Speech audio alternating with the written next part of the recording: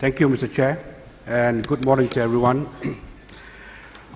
Before I start my presentation, I would like to say that the material I'm going to present is mainly prepared by the TNT group, chaired by Ms. Marike Ligwater from MVO.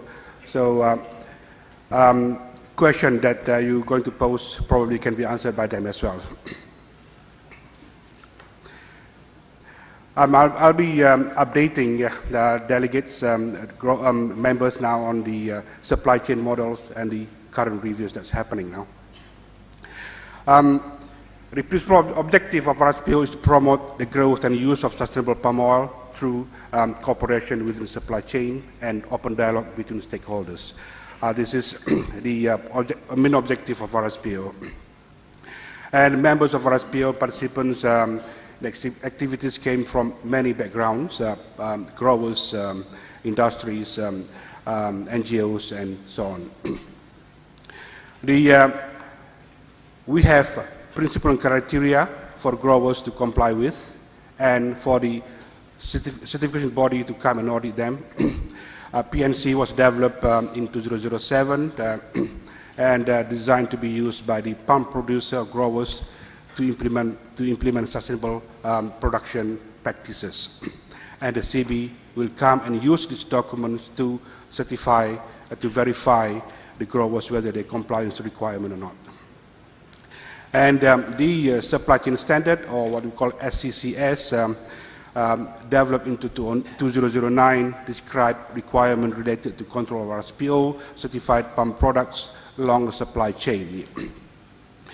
And this supply chain standard was presented in a series of auditable requirements designed to be used by organizations in the palm supply chain to demonstrate implemented system for control of RSPO certified in oil palm products.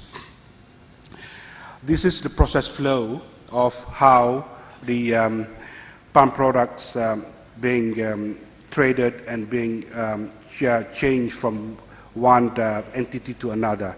The first, at the right-hand side, the green ones is where the grower, the plantation company, and the mill will produce FFB, or fresh fruit branches, and this go to the mill.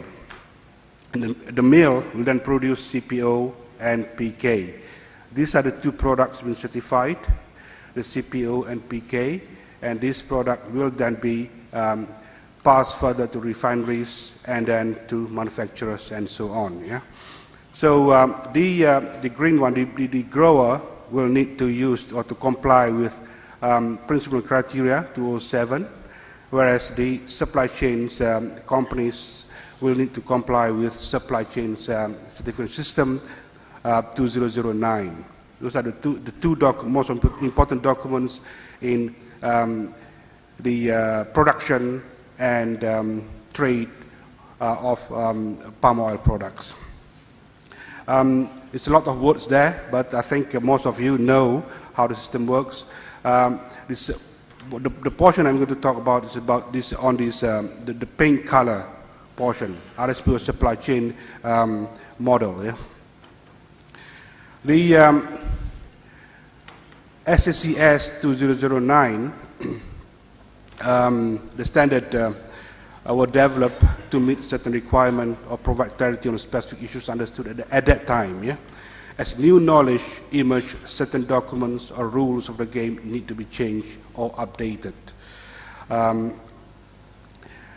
The RSPO supply chain certificate system document 2009 require substantial revision in order to transform the current documents into coherent normative standard for supply chain certification and to incorporate new range of amendments that need to be made since the documents was issued in 2009. What I'm saying here is there are a lot of lessons learned since 2009, and we see that there are need to update these documents. When SSC was approved in 2009, the clause was stated in that document saying that the document will be reviewed within 1 year. And now we're already into 2011. We already passed that 1 year. The document also contains some obsolete sections, especially pertaining to the self-assessment that was included into the first document. Lessons learned through practical implementation will provide new knowledge. Yeah, a lot of audits has been done. You heard yesterday or probably this morning, there are now more than 200 companies has received supply chain certificates. Yeah, so through that process, we learned a lot of things already. And also we need to incorporate other relevant decisions made and issued to the industry thereafter. Revision process that has been taken place was done through the group that responsible for this has gone through documentation checks, meaning that review of documents, and then intense discussion with relevant stakeholders. A lot of discussions happen, and consultation with work groups selected from TNT SC members. TNT has Trade and Traceability Standing Committee members chaired by Mr. Hede van Kersen. So his group has gone through these documents many times, various processes, meetings, emails, exchange, and so on. They have been through this since mid of this year, if I'm mistaken. Yeah? So a lot of things happened, a lot of things have been said, many things have been discussed within this group. The aim of revision is that the revised document is looking into establishing the minimum requirement of a consistent methodology for enabling certification against intent and requirements of RSPO supply chain standard to enable all certification bodies to operate in a consistent control manner. This is very important because there's a lot of the variation in terms of interpretation between CBs, between companies and so on, so that's, we need to make it consistent. Providing documentation designed to assure long-term continuity and consistency of the delivery of certificates against requirement of supply chain standards. That's very important. Ensuring that claims of RSPO members relating to production, procurement, and use of RSPO that all products are true. That's the bottom line. Yeah, we want to make sure that any products carrying our logo or being claimed to be RSPO are actually came from certified sources. Points for consideration during the discussion, during the working groups, during the standing committees is that they have a choice to be made between lengthy review process where more contentious points had to be further discussed, or a rapid review resulting in improved version soon, but not taking all the points long. So that's the choice that the group has, whether we want to do go through long processes of taking everything, considering everything, or just a rapid process to come out with some documents that we can work with. It was agreed that a rapid review is more rapid review was the option. This means that the scope was limited to removing dead woods, removing the unwanted things, and take along the input of RSPO supply chain working group 1 and 2, and further comments the team agreed on. So the group has decided to go through the option number 1, whereby we do a rapid review of this and come up with documents that we can live with at this point of time. The result of the revision is that 2 documents in produce. One is the standard, containing requirement for companies looking for certification and for CB to verify compliance. And the second document is certification system documents containing requirement for CB and certifying against the standard. So previously, document 2009, only one document comprising a lot of annexes or appendices. But now, the new documents will be split into 2 documents. One is standard itself, and then number 2 is this certification system. Important changes in this document is that improve readability through removal of unwanted sentences and so on. And lifetime of certificates will now be 5 years instead of 1 year. Previously, documents stated that certificate will be 1 year for those who traded more than 500 metric ton per year, and then 3 years for those who traded less than 500 metric ton per year. So now the document says that certificate validity will be 5 years, regardless how much you trade, yeah? But of course with yearly surveillance.